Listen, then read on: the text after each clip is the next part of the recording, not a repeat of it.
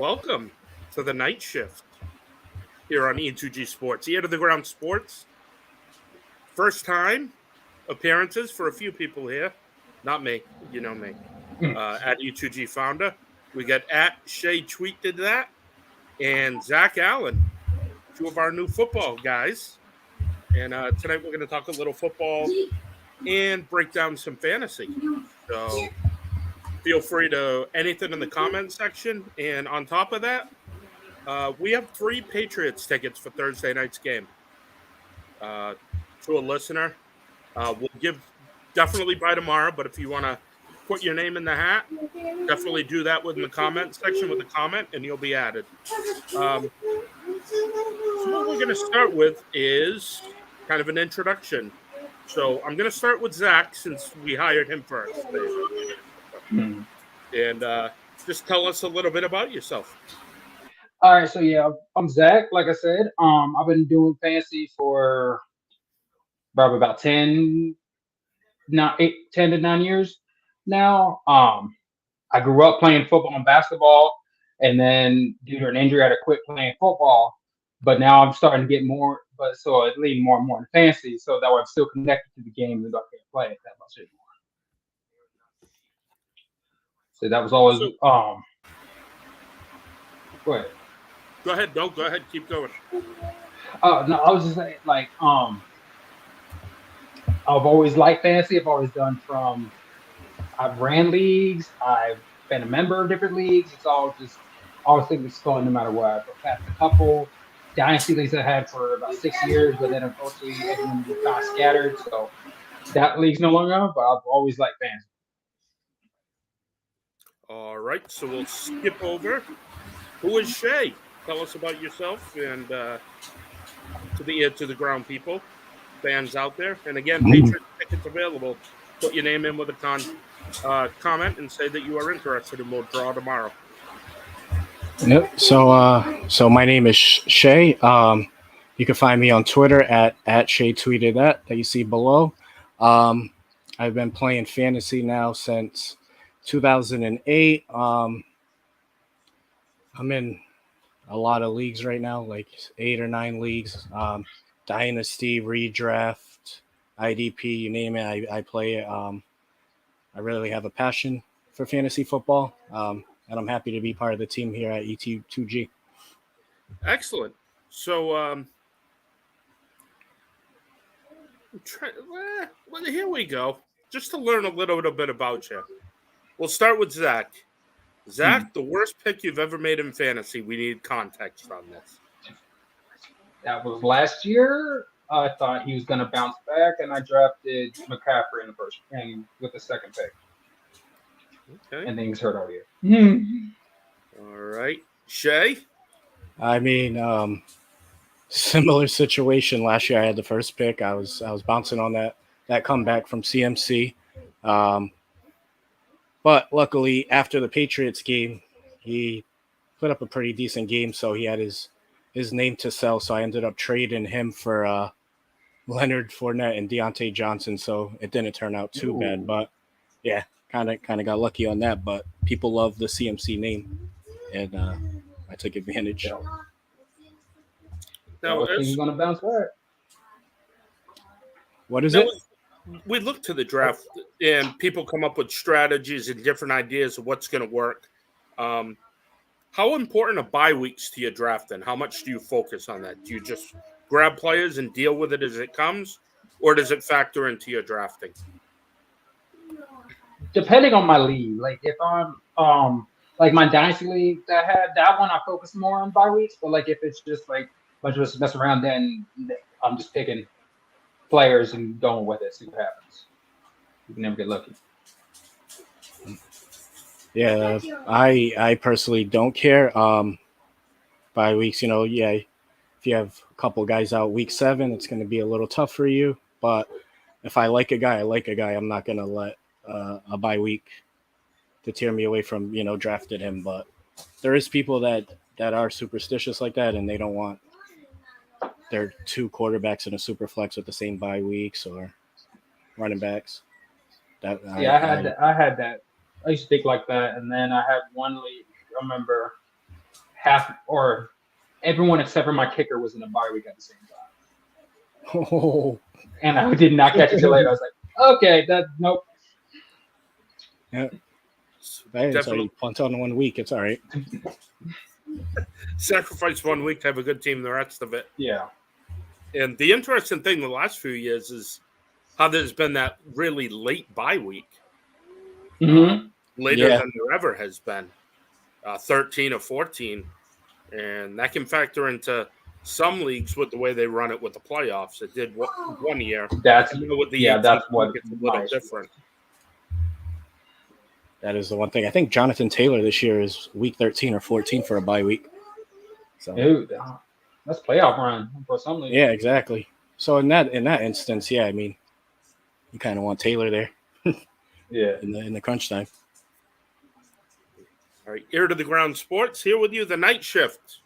Talking some fantasy football. Got Zach, got Shay here. What's your philosophy on drafting players from your favorite team? I can't. Because I mean, I'll go and let this out. Y'all can always get me in the comments, everything. I'm a Jags fan. I can't risk it. I can't start them.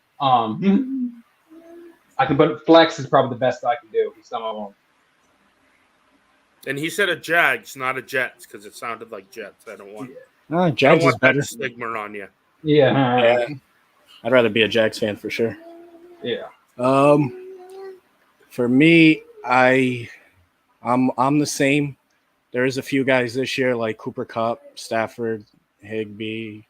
I mean, I'm big on Allen Robinson. I'll take those guys. He's good. You know that as a Jags fan, you know he did his thing Exactly. in Jacksonville. We let him go. He was 1,400 yards. He was a beast. Yeah. But Blake yeah, Bortles paid. I'll be honest. I'm not big on Cam Akers this year, like most people are. Watching this guy his whole career with the Rams and the way he runs, it just gets me nervous. I'll be honest. Like, yeah, he'll get the workload, but he just runs hard. He's always getting hurt. Okay. Yeah, I feel that. I mean, just like Fournette, that's the issue with Fournette, though. Yeah, Lenny last year luckily was able to stay upright, and he made a lot of big plays with Brady. But I don't know, Akers hasn't played a full season yet. Even his rookie year, he played 13 games, but he was limited a lot. Yeah, I don't know, because his ADP is like the 4th round right now. It's like, Yeah, it's tough. I'm a Rams fan, so you know, like, I hope he's there all 17 games in the regular season and then the playoffs. But that's just one guy that on the Rams that I'm steering away from. So continue on, just scrolling around the bottom. We'll be at Airport Grill Thursday, 5 to 6:30 for a pregame show. We'll let you know who's dressing, who isn't, what to expect. Both sides, the Giants and the Patriots. Come out and have 50-cent wings and beers with us and an enjoyable time. All right, from the opposite side, best pick you feel you ever made that won you something. And we need context. Like, did you sit on this player or did somebody just totally whiff ahead of you? Me personally, it'd probably either be Fournette's rookie year when we were just running when he was in Jacksonville and we were just running it down to the throats every game was probably because I got him in the 3rd round because that was like the one. Okay, I'll try one Jags player, or the year or this guy in my league traded me. I traded him D Hop for I think it was Jonathan Taylor. Now I think about it, right as D Hop, and then the next game was when D Hop got suspended, got hurt. Wow. I was like, okay, dodge that bullet. Mm-hmm. I would say last year, I ended up. So this is just one pick. I'll say last year, I ended up having a team with Kupp and Chase in the 4th and the 5th round, and I would say both of those guys are huge parts. I mean, I don't know which one to pick over the other. To winning the league I was in last year, I would definitely say Chase, because he had blow up games, but it's hard to beat a team that had cup, especially if a team drafted pretty decent. He's putting up QB numbers, so I would say Cup or Chase last year, 4th and 5th round. Pretty good deal there. Is that a keeper league at all? You get to keep one, or No, this is redraft. oh, all right. Yeah. Hey, what's up, Kyle? I just seen there's comments on this. Yes, we said hi to Kyle. Any other questions or anybody who wants to enter for the Pats tickets for Thursday night? 3 tickets, thanks to our good friend Tom Nash. Be responsible, or I'll choke you out. Yeah, absolutely. Pretty simple way of putting it. As we get into the draft, a lot of people know the higher level of players, but who are some players further down in the draft? 3 guys that hopefully nobody in your league is watching, or throw a smoke screen if you want to. I'm gonna tell them after this. Guys that you're really looking at. A couple of guys I'm looking at they're starting to climb up, so I'm not sure how much of a secret they're going to keep being. Like I've really liked Dameon Pierce for the Texans. Yes. Love it. Really torn because I was like, I want Jacksonville, but we already have 2 decent running backs. So I was like, just don't go to a division rival when he goes to Texas. Yeah. But I really like him late. I like some of the ones I really like are starting to like. That's what my issue is. A lot of them, like Al Robinson, was falling, but now he's doing good in training camp, so he's climbing up the ladders. So I stick him in. I personally like Cam Akers. I feel like he's gonna be power back. I mean, I feel like he'll be good like goal line maybe, but not as much. So like touches, but not as much yards. Yeah. Those are probably my biggest 3. So a couple guys I like in the later rounds going after pick 100. I mean, I'll start at Tyler Lockett. Last 3 years, he's a wide receiver 2. 1 year, wide receiver 1. I get it. He had Russell Wilson. So I'm not expecting top end wide receiver 2 numbers, but I think his upside is still wide receiver 2 around 24. And he's going as the wide receiver 48 right now. KJ Osborne, that's another guy I really like. He's the 3rd string wide receiver, but Thielen's 32. Kevin O'Connell's now the head coach, and he comes from LA where he really calls a lot of passes. So I think there's a chance for all 3 receivers to get theirs. And I mean, you're getting KJ Osborne, wide receiver 65.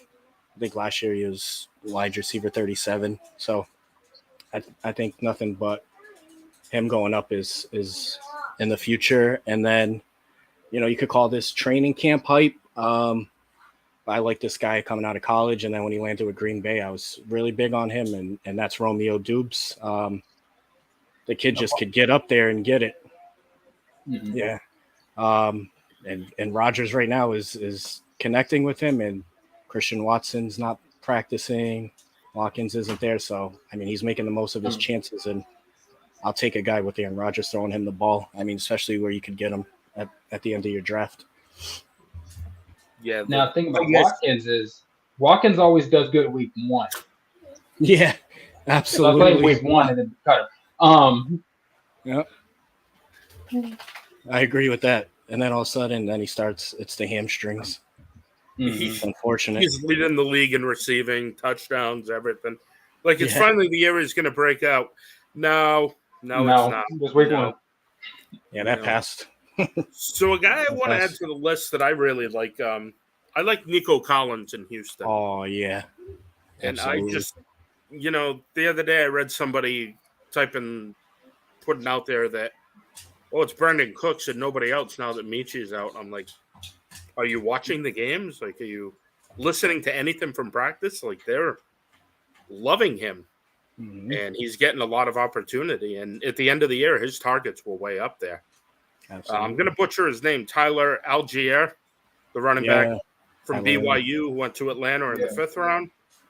I think he's a guy to keep an eye on because he's good between the tackles. He's an early down guy. If it's a PPR league, I may stay further away.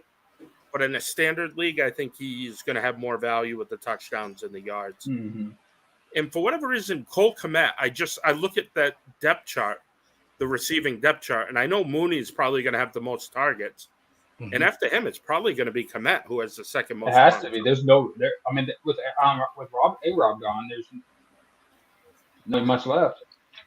Absolutely, I agree. So those are like 3 guys I'm looking at now. What point are you looking to go for a quarterback in a standard or any league really? What round are you looking to go for one of those top 5 guys?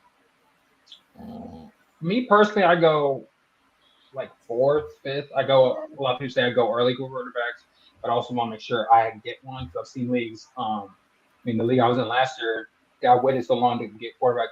He had to start Zach Wilson all year. Because he just kept going. I was like, you need to get one, get a quarterback. It's like, I'll be fine.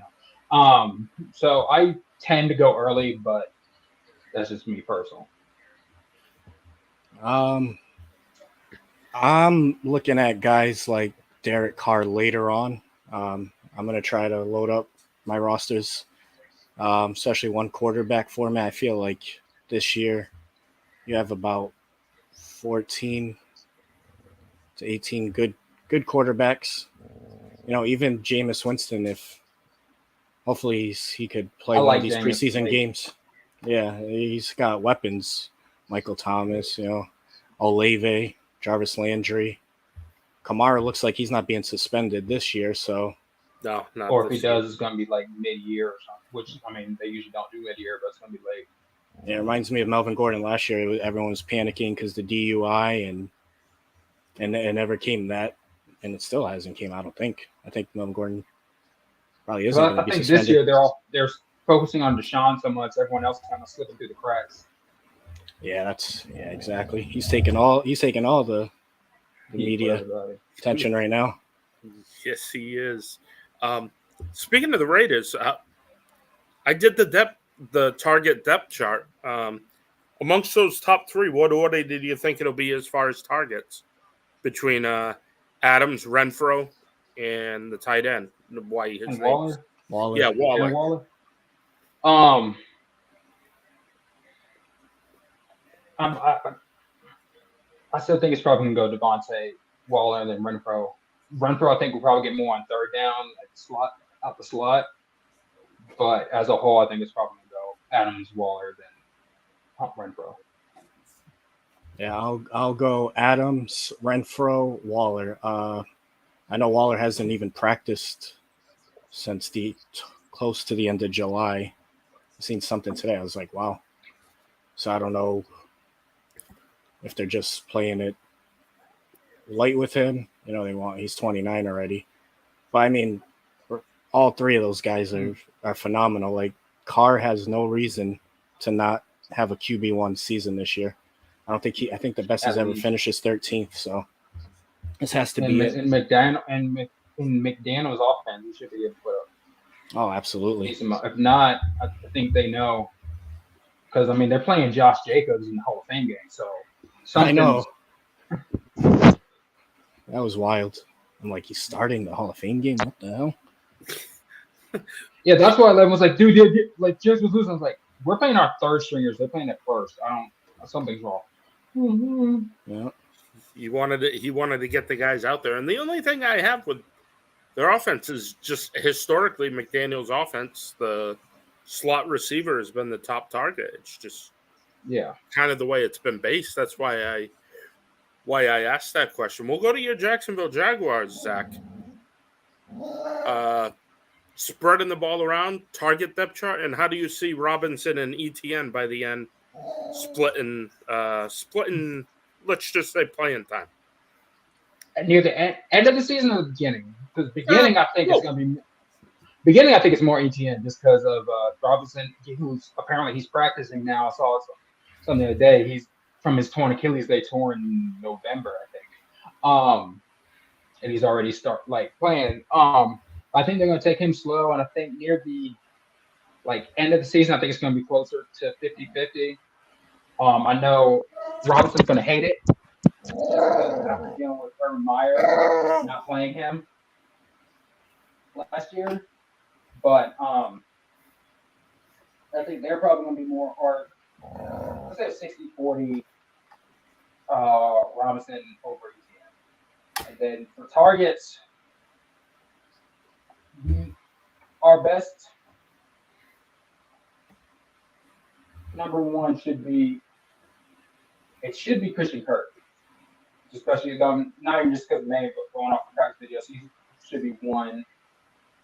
Two probably would be ETN or Evan Ingram, depending. And then the third receiver would be Marvin Jones, I would think. I personally don't have faith in Zay Jones. So I don't think I think he'll end up falling down the depth chart a little bit. But that's what I think our numbers should be. Shay, where do you think Ingram fits into that offense and touches? I'm not a big Ingram guy. Since his rookie year, numbers gone down. He's got butterfingers. I am not. I personally don't like Ingram. I have a lot of friends that like him, but I don't know. People use the Daniel Jones excuse, but I mean, you got to catch the ball, and his numbers have gone down year over year.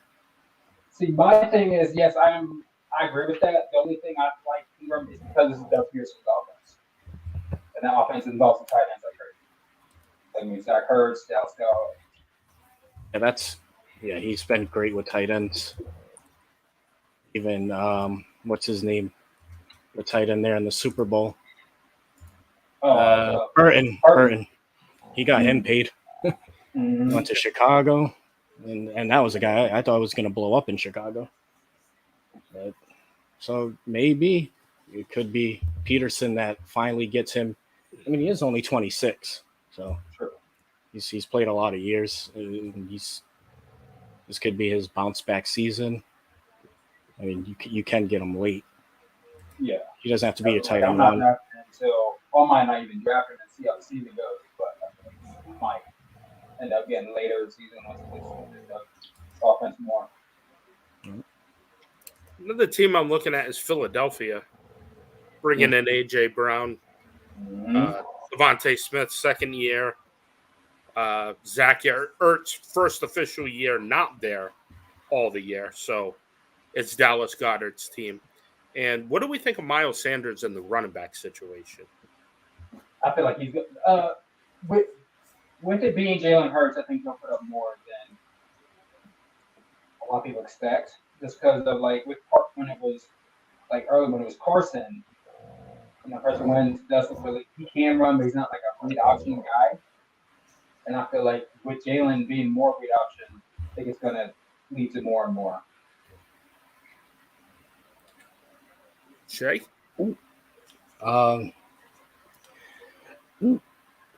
What's up, Rob? Just says, what do we think about Gabe? All right, well, you don't have to.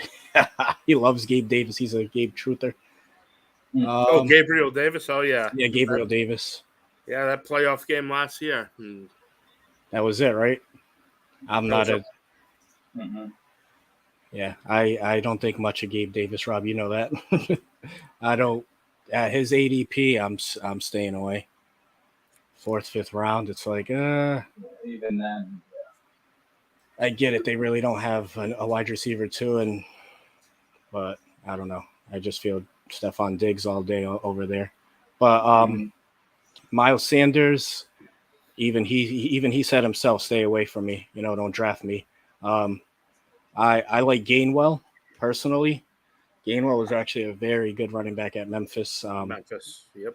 Pollard, him. Yep. And they had Gibson, Antonio Gibson. stacked. I could see Gainwell being good. I am on with Jalen Hurts being a great fantasy play at quarterback, but real life passing, win games, playoff games, I need to see that. He looked horrible at times last year passing. He has A.J. Brown now, but A.J. Brown's another guy. I mean, I'm in 2 leagues. I had him, and I traded him in both. One time after he went to Philly, and then while he was still on the Titans, I traded him for a haul. I think he's probably one of the most talented receivers. It's just with him, it's the hamstrings. He played 8 full games last year. He left a bunch of games. And I don't see Philadelphia being an upgrade as far as passing because Titans ran a lot, but Eagles ran the most in the league. Supposedly they want to pass more this year, but with that defense and running backs, I don't believe that personally. Well, going back to the Titans, Burks, the first-round pick, Robert Woods traded over. What difference should we see in the offense this year? I mean, we know it's Derrick Henry, but I personally believe they're going to have, from a game, like a real, not fantasy, but like in the game, I think they're going to put up some more numbers in the red zone because, I mean, what's going to happen in the red zone, they're going to have Derrick Henry on one end and Robert Woods outside, and then at the 2, you have Malik Willis running a read option off of that. So I feel like they're going to get more touchdowns, but as I think part is really how is Tannehill going to play in the playoffs? I mean, that's been their Achilles heel the last few years. I mean, Henry got hurt, so it messed him up, but that's part. Yeah, Derrick Henry, I see a big comeback for him. The Titans have one of the worst offensive lines in football, but they do have some good receivers now. Treylon Burks, I'm hearing the training camp reports that he's practicing with the 3rd team, and I don't believe it. I think he's the most talented receiver on the team. Robert Woods, Phillips in the slot, another rookie. So they got Austin Hooper. The like you mentioned, Zach, can Tannehill get it done in the playoffs? Last year he couldn't. I mean, he blew. How does your team get 9 sacks and you lose? I mean, you literally threw the game away. And I'm happy because Titans would have been a tough matchup again for the Rams. That would have been really tough if they made it. Yeah, especially because like Henry's would have an extra week to get right.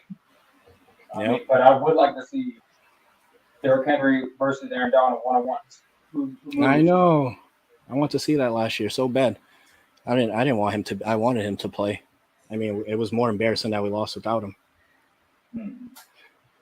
Rough. So, Jets going to New York. Zach Wilson. What do you think of the backfield? Because I have strong thoughts on this. What do you see the split or the way they're going to handle it? I'll let you go first on that. Say it again. Sorry. I said I'll let you go first. Yeah, what was the question? The Jets. How do you see the backfield working out and split, and who do you think emerges more of the touches, or is it going to be an equal share with Hall and Carter? I love me some Breece Hall this year. I am going to definitely go for him. He's going in the 4th round, and I think that's a perfect spot. It does hurt with Becton out, but he's a better pass protection guy. So I think Breece Hall is the guy he could catch too. Michael Carter-Williams wasn't really a pass catching back per se, as much as some people make it out to be with Breece Hall there. I definitely think they will run a lot. Zach Wilson, they don't want to get him rattled like last year. So yeah, I'm big on Breece Hall personally. Zach? See, I agree. I mostly agree with Breece Hall. My issue with is I was totally wrong on the Jets run back field last year. I thought Piron was going to dominate or at least be a serviceable back and end up getting DFPs all year. But as a whole, I do think that everybody in here, I think Carter Williams is going to be really starting linebacker. Hmm. Just from Kyle, got to think about the splits for Henry when Tennessee is winning and when they're playing from behind. Great point. That comes down to week by week Yep. opponent, but you also got to remember the coaches, Mike Vrabel, physical football right from the get go is important to him.